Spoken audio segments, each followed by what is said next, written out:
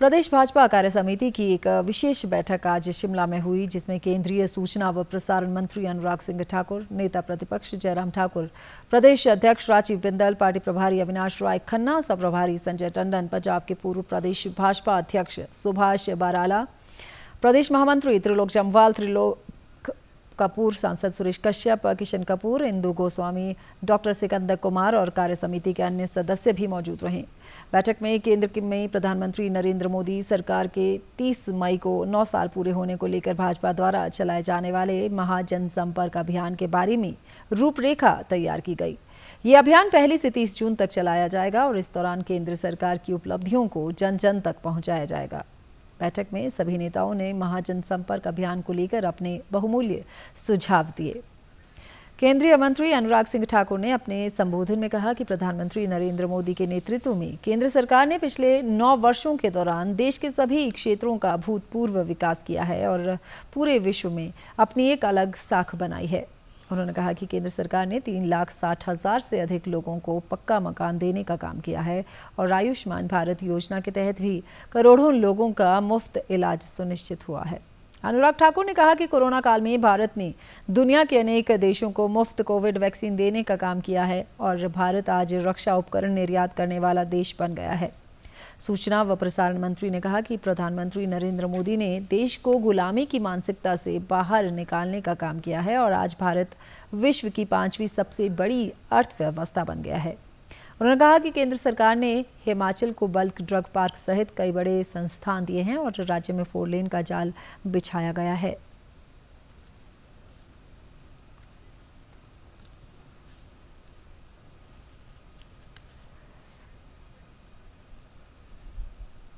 जो कभी जीवन में अपना पक्का मकान बनाने का शायद सपना भी नहीं देखती थी, आज 3,60,00,000 से ज्यादा लोगों को पक्का मकान मिला और 78% उसमें महिलाएं हैं जिनके नाम पर रजिस्ट्रेशन करने का महिलाओं के नाम पर काम हुआ और ड्यूल खाते में, ज्वाइंट खाते में, यानी कि महिला और उसके पति के नाम पर 22% उनकी रजिस्ट्री हुई।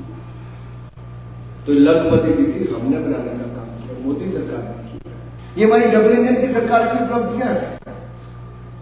जो कांग्रेस के लोग विरोध करते थे बल्क ड्रग पार्क और मेडिकल डिवाइस पार्क का, आज लाइन में 250 करोड़ जब मिला तो सबसे पहले लेने उसको ले चले गए। बोलना चाहिए ठोक बजाकर, कोविड के टाइम पे अगर 1200 एकड़ जमीन किसी ने इकट्ठी की तो इस समय जयराम जी की सरकार ने की और नरेंद्र मोदी की सरकार ने बल्क ड्रग पार्क हमारे हिमाचल प्रदेश को दिया, जिसके कारण 30,000 करोड़ की इन्वेस्टमेंट है। हमने इंपोर्ट तो 400 प्रोडक्ट्स करने बंद कर दिए।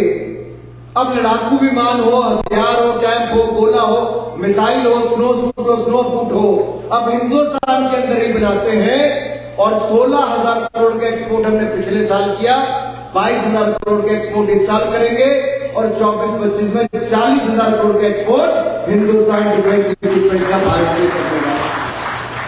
1 रैंक 1 पेंशन भी हमने हिंदुस्तान में दे दी पूर्व सैनिकों को, जो 40 साल में कोई नहीं दे पाया, हमने दिया। वो तब हुआ मित्रों, जनता के पास जाकर इसलिए कहना है कि आपके वोट की ताकत, ये जनता के वोट की ताकत है, जिसके कारण 30 साल में जो पूर्ण बहुमत की सरकारें नहीं बनी थी, जब आपने 2014 में बनाई और 2019 में रिपीट करवाई, तो इन 9 सालों में नरेंद्र मोदी जी ने हमें गुलामी की मानसिकता से निकलने का रास्ता तो दिखा दिया। जिन अंग्रेजों ने हमारे ऊपर 200 साल राज किया था, उनको पछाड़कर आज दुनिया की 5वीं सबसे बड़ी अर्थव्यवस्था बनाने का काम भी करते हैं। इस बीच प्रदेश भाजपा अध्यक्ष राजीव बिंदल ने अपने संबोधन में कहा कि वे अपनी संपूर्ण शक्तियों के साथ भाजपा को आगे बढ़ाने के लिए काम करेंगे। उन्होंने कहा कि केंद्र में एक समय 450 सांसदों वाली कांग्रेस आज महज 40 सीटों पर सिमट गई है और भाजपा करीब 18 राज्यों में मजबूती के साथ सरकार चला रही है, जिससे ये साफ जाहिर होता है कि लोगों का भाजपा की नीतियों व कार्यों पर अटूट विश्वास है। राजीव बिंदल ने कहा कि पूर्व जयराम सरकार ने महिलाओं, गरीबों, पिछड़े वर्ग सहित अन्य वर्गों के लिए काम किया है और अपने कार्यकाल के दौरान कई कल्याणकारी योजनाएं शुरू कर लोगों को लाभ पहुंचाया। उन्होंने दावा किया कि आगामी लोकसभा चुनाव में भाजपा अपनी नीतियों के दम पर फिर से सत्ता में लौटेगी।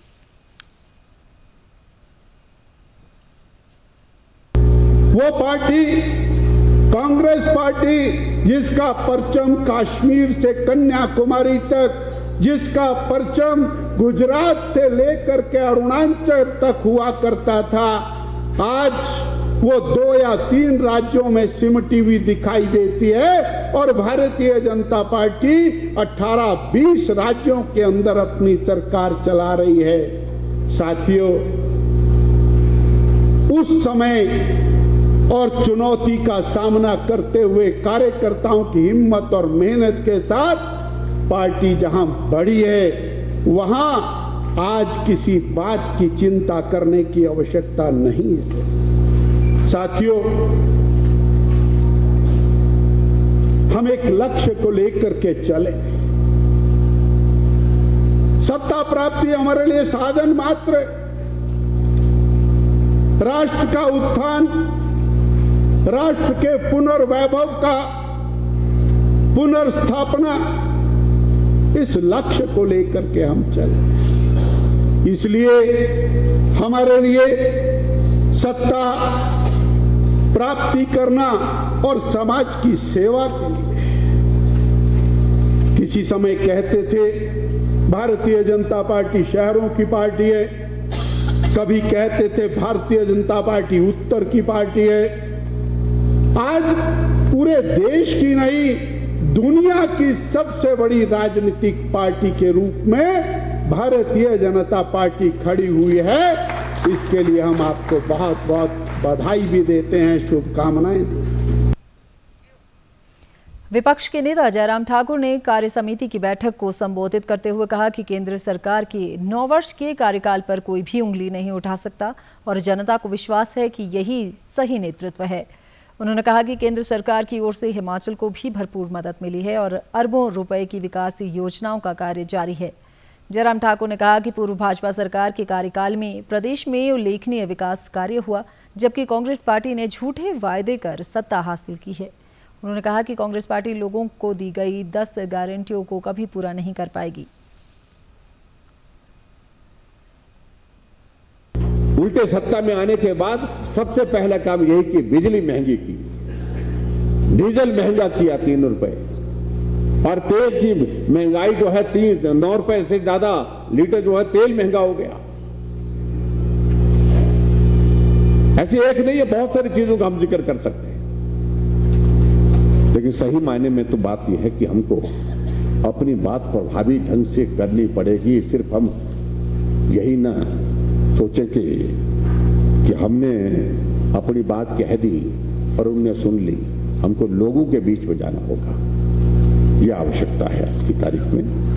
और मैं महसूस करता हूं कि निश्चित रूप से हमको इन सारी चीजों को लेकर के सोचना है। हमारी सरकार की हिमकेयर का गला घोंटा जा रहा है।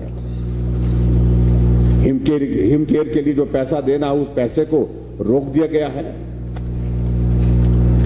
और वो योजना केंद्र की योजना के साथ आयुष्मान भारत के साथ जोड़ करके हमने इसलिए किए हिमाचल प्रदेश में, ताकि गरीब लोगों के इलाज की सुविधा हम बेहतर ढंग से कर सकें। पार्टी प्रभारी अविनाश राय खन्ना सहित अन्य नेताओं ने भी बैठक को संबोधित किया।